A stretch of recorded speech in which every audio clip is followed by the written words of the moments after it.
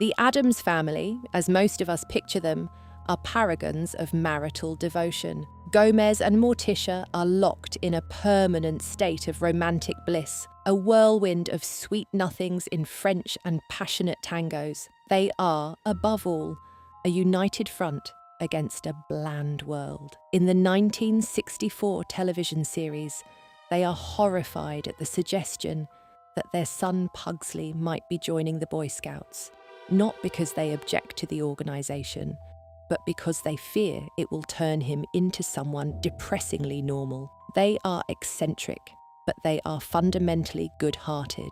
Now consider a cartoon drawn by their creator, Charles Addams, published in The New Yorker in 1946. We see the same family standing on the roof of their Gothic mansion. Poised on the parapet is a massive cauldron of boiling oil. Below, on the snowy street, a group of Christmas carolers is singing with festive cheer. The family looks down, faces lit with eager anticipation, ready to tip the cauldron. The caption reads simply, "Oh, it's the carolers again, all right. Now, tip it." There is no way to reconcile these two scenes. One depicts a family of lovable nonconformists. The other depicts a family of gleeful murderers. They share a name, an aesthetic, and a creator, but they are not the same entity. The journey from that rooftop cauldron to the wholesome family sitcom is not a simple adaptation. It is a fundamental reinvention, a process of domesticating monsters until they were fit for prime time. To understand the Addams family, we have to hold both of these versions in our minds at once. We must conduct a parallel autopsy, laying the original cartoons on one slab and their popular adaptations on another. By comparing them piece by piece, we can map the precise nature of this transformation and identify what was gained, what was lost, and what it tells us about the cultures that produced each one. The investigation starts with Charles Addams himself, a man who seemed to delight in the morbid. He was a collector of medieval torture devices and was known for his unsettling sense of humour. Beginning in 1938, he began publishing single-panel, uncaptioned or sparsely captioned cartoons in the New Yorker magazine. The family was not yet a family. They were a recurring collection of unnamed ghoulish characters who inhabited a decrepit Victorian mansion. They were not given names until the development of the 1964 television show, a process in which Addams was a consultant. He suggested Gomez and Pugsley. The name Morticia was a given. It was the television writer David Levy who conceived of them as a family unit in the sitcom sense, creating the relationships and dynamics that would define them for decades. Addams provided the ingredients, television wrote the recipe, and that recipe required excising the single most important element of the original cartoons, their genuine, unapologetic malevolence. Let's begin with the heart of the family, the relationship between the patriarch and matriarch. In every adaptation, from the 1960s sitcom to the 1990s films, to the recent animated features, the central pillar is the passionate love between Gomez and Morticia. Their romance is the engine of the story. Gomez, played with manic energy by John Astin and later with suave intensity by Raul Julia, is utterly besotted with his wife. The slightest whisper of French from Morticia sends him into a frenzy of adoration, kissing his way up her arm. She, in turn, is the calm, cool centre of his chaotic world, her every word and gesture a model of Gothic grace. They are presented as the ideal couple. Their eccentricities are merely decorations on a foundation of absolute devotion and mutual respect. They parent as a team, face the world as a unit, and never once is their bond in question. They are, in a strange way, the most stable and loving married couple in television history. Exhibit A is almost any episode of the 1964 series. A typical plot involves a misunderstanding with an outsider, a truant officer, a politician, an insurance salesman who enters their home and is baffled by their behaviour. Gomez might be gleefully crashing model trains, Morticia might be cutting the heads off roses, but their interactions with each other are a constant stream of affection. "Tish, that's French!" Gomez will exclaim, and the romantic machinery kicks into gear. In the 1991 film, their chemistry is even more pronounced, filled with smouldering glances and witty romantic dialogue. When they believe they have lost their fortune, they are unconcerned so long as they have each other. "We're Addamses," Gomez says. "We'll survive." The core message is that their love makes them invincible.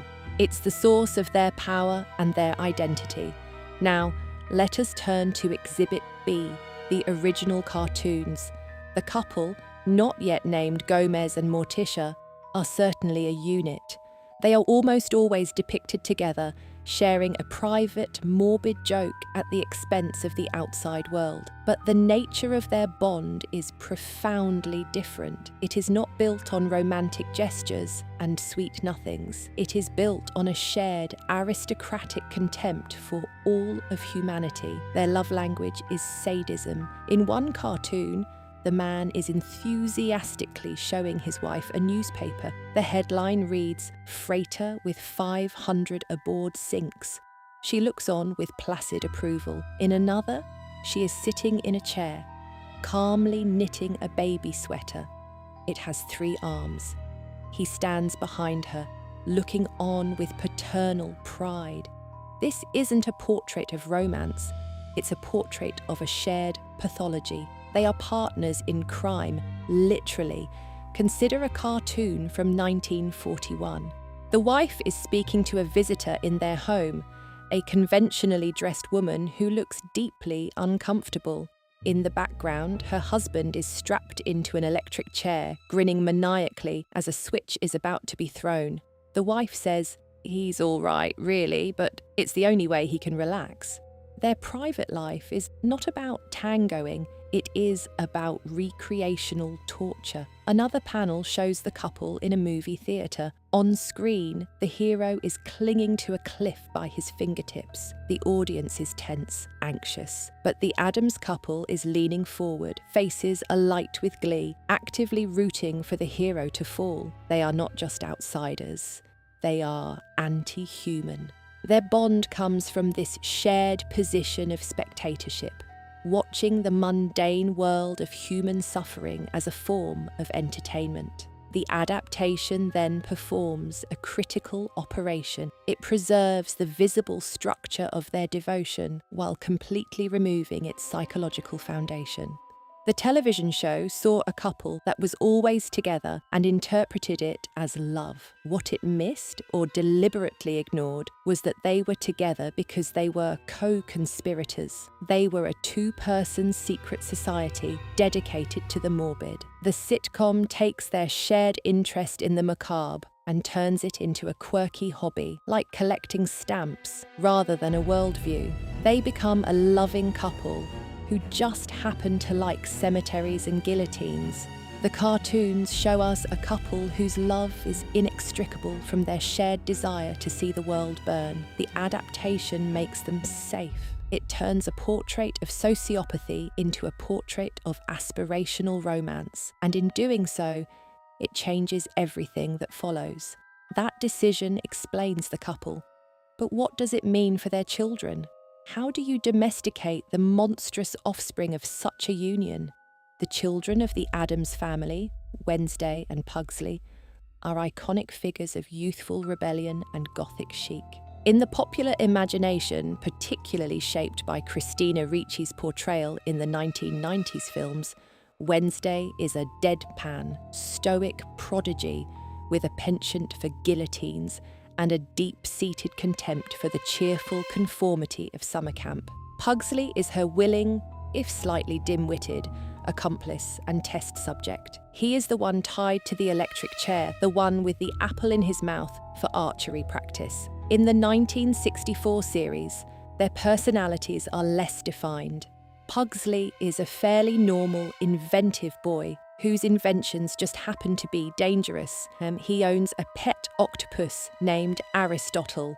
Wednesday is sweeter, more morose than malevolent, and spends her time with a headless doll named Marie Antoinette. In both versions, their activities are framed as childhood games. They are playing at murder and mayhem. It is unsettling to outsiders, but it is presented to the audience as fundamentally innocent, a dark reflection of normal sibling dynamics. Exhibit A is the 1993 film Addams Family Values. The central plot involves Wednesday and Pugsley being sent to Camp Chippeway, a temple of forced cheerfulness. Wednesday's rebellion is the core of the film. She refuses to smile. She questions the sanitized, colonialist narrative of the camp's Thanksgiving play, and she ultimately leads an uprising of the camp's outcasts. Her violence is targeted and purposeful. She is defending her identity against a world that wants to force her to be someone she is not. Her actions, while extreme, are framed as a righteous revolt against hypocrisy and oppression. She becomes a hero for every kid who ever felt like an outsider. She is not a monster, she is a dissident. The audience is meant to cheer when she sets the stage on fire. Her darkness is a tool of liberation, not an expression of pure malice. Now for Exhibit B, the children in Charles Addams's cartoons. First, they are nameless. They are simply the boy and the girl. And they are not playing games. Their actions are depicted with a chilling lack of context or justification. They are not rebelling against anything. They are simply acting out their innate nature. In one of the most unsettling cartoons, the two children are at a public park by a pond. They are releasing a small, beautifully crafted toy sailboat, but this is not a normal toy. On the deck of the boat is a tiny, realistically rendered human figure screaming in terror as the boat heads for a waterfall. In another, they have set up a roadside stand. The sign reads "Cyanide, 5 cents." They are not playing at being business owners. They are genuinely attempting to poison their neighbours. The cartoons consistently show the children engaged in acts of what can only be described as pure, unmotivated evil. One panel shows them in a laboratory, pouring a bottle marked poison into a coffee pot. Another shows the boy following a path of footprints in the snow, which lead directly to a freshly dug, empty grave. One of the most direct depictions of their nature comes from a cartoon where a concerned neighbour is speaking to Morticia. The neighbour says, "I don't suppose you have any old report cards? Our little boy is working on his FBI merit badge for juvenile delinquents."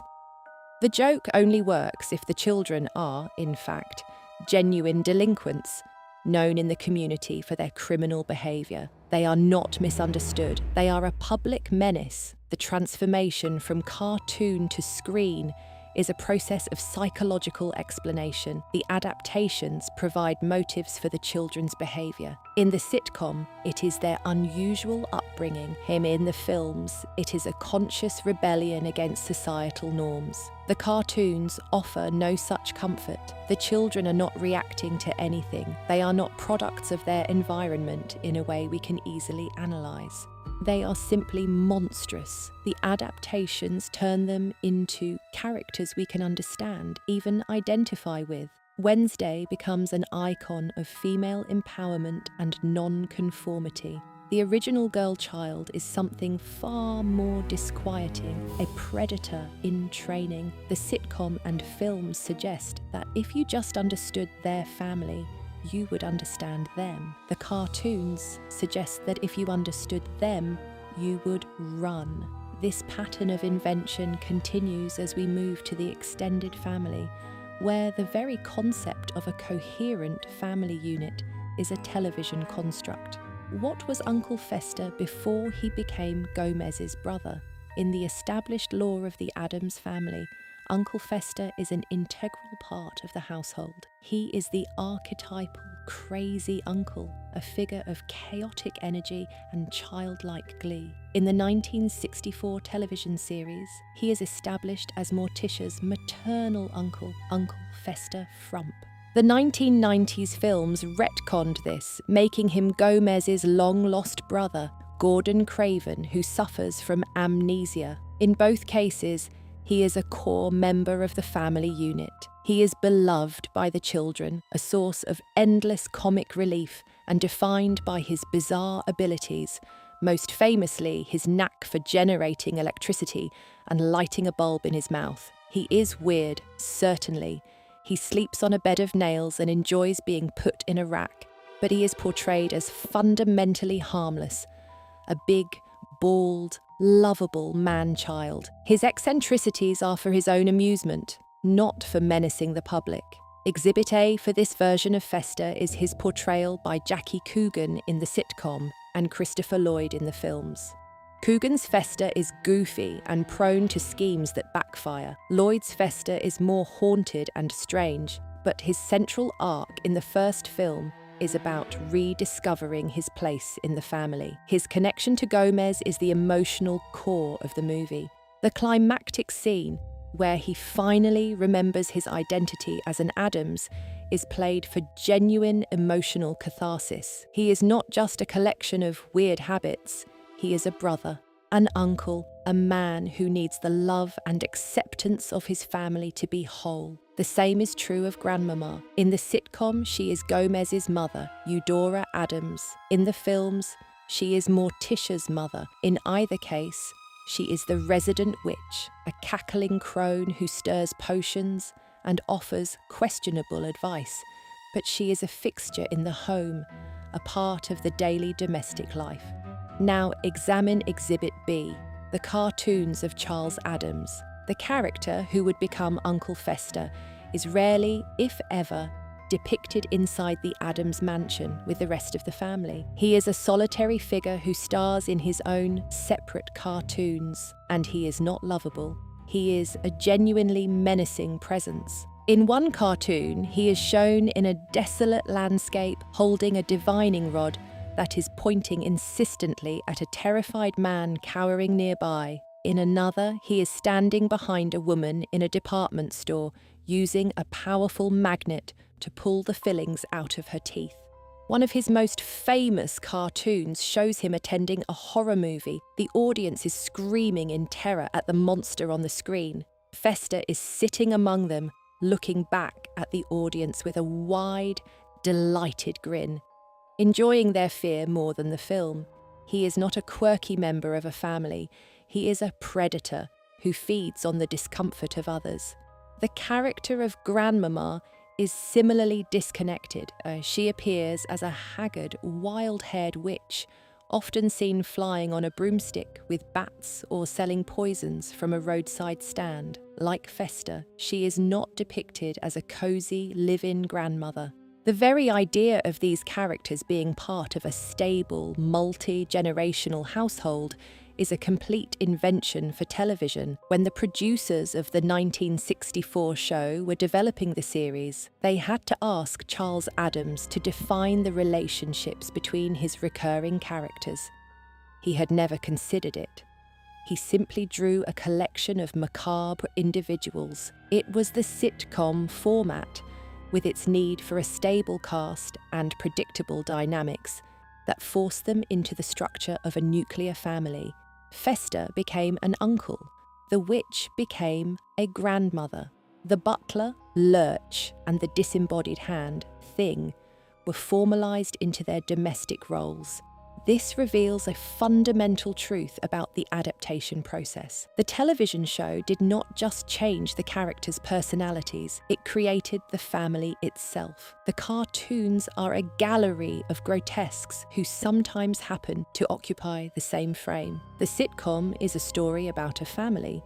This structural change was necessary for episodic television, but it had a profound thematic consequence. It shifted the entire focus of the narrative. The cartoons were about the horror that lurks in the dark corners of the world. The sitcom became a story about the challenges of maintaining a non-conformist family in a conformist society. This brings us to the most critical divergence point of all, the family's relationship with the outside world, the central comedic and thematic engine of the Addams family, as it exists in popular culture, is the clash between their macabre lifestyle and the bland suburban world they inhabit. The humour arises from the reactions of normal people to their behaviour. A delivery man, a teacher, or a neighbour comes to the house and is confronted with a lion, a disembodied hand, and a man gleefully blowing up his model trains.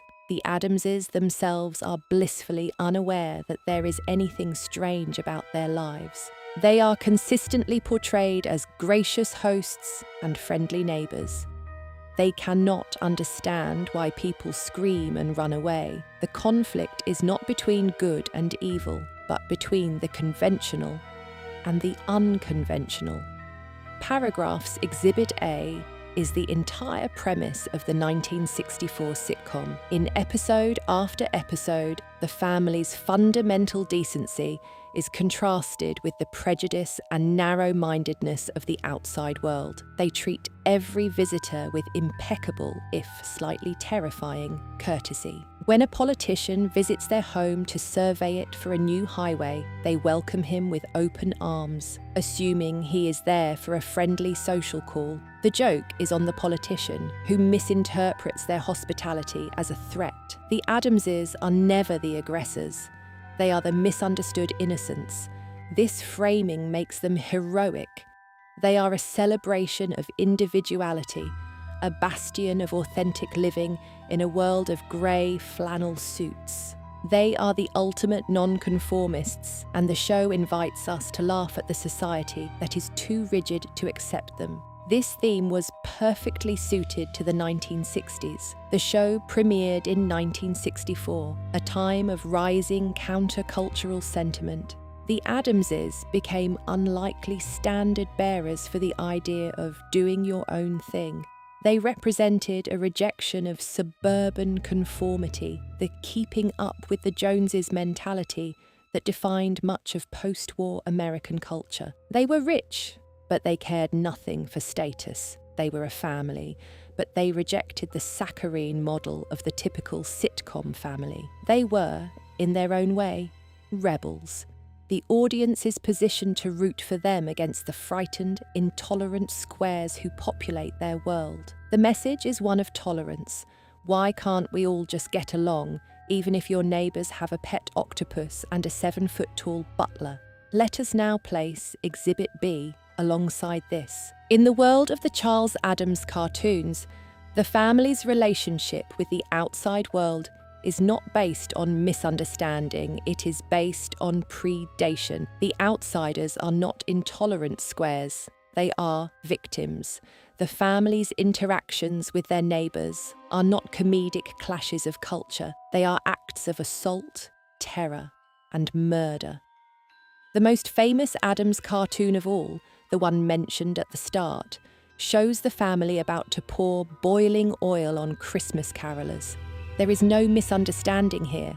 This is a premeditated act of mass murder for sport. The carolers are not prejudiced, they are targets. This theme is relentless throughout the cartoons. One panel shows Morticia and Gomez on a beach, watching a man in the distance who is clearly drowning. Gomez is holding a life preserver but making no move to throw it. Morticia says to him, "Don't be a spoil sport, darling. Give him a chance to discover America." Another shows the family visiting a friend in a hospital.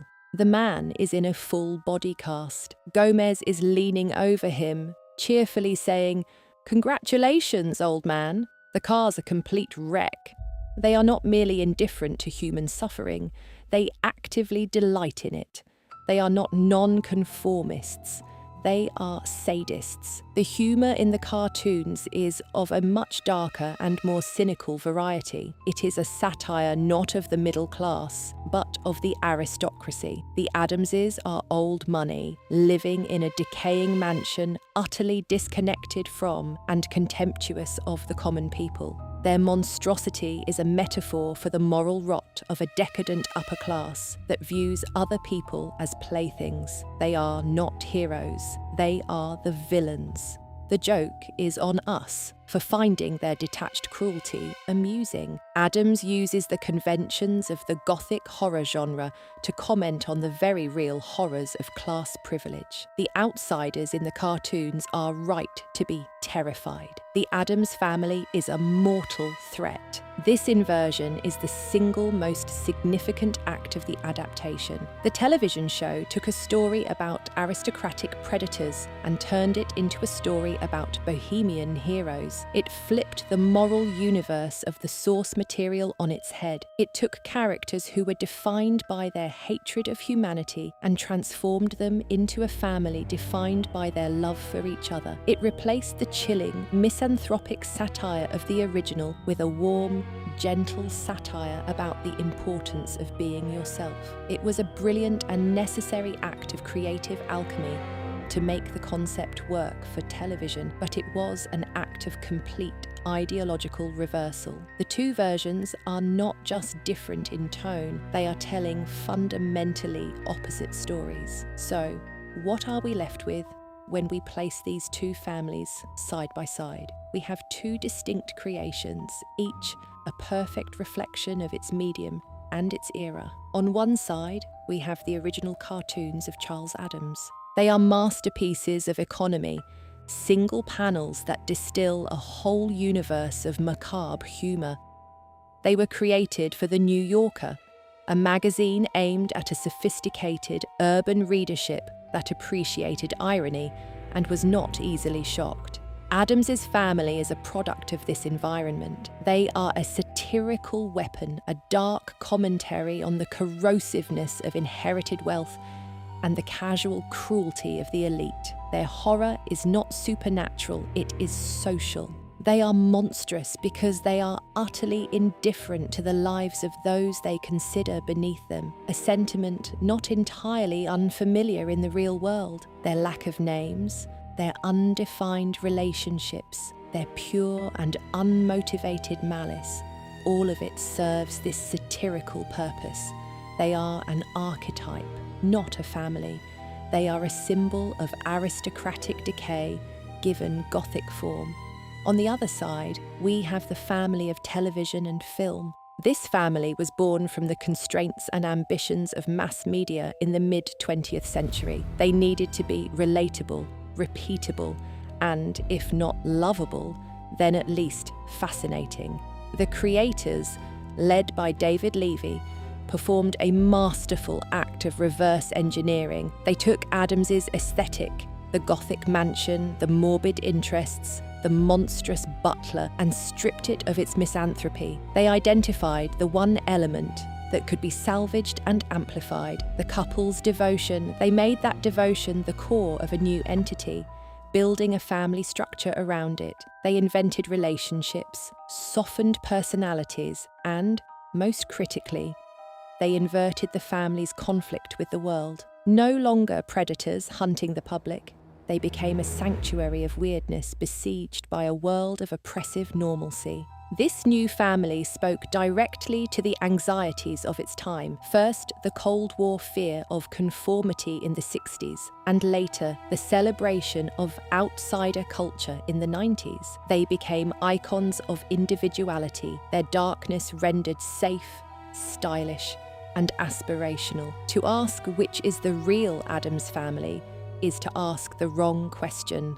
Both are real, neither invalidates the other. The cartoons persist as brilliant works of dark humour, their edges as sharp today as they were in the 1940s. The adapted family has become a permanent fixture in our cultural landscape, a symbol of enduring love and the courage to be different. Each version reveals what the other hides. The television family, in its warmth and unity, conceals the cold-blooded predation that was its source. The cartoon family, in its chilling indifference, reveals the one thing the sitcom could never admit: that some people are not just misunderstood, but are genuinely and cheerfully dangerous. One is a story about a family that happens to be monstrous. The other is a story about monsters who happen to be a family. Holding them both in view, we see not just the evolution of a set of characters,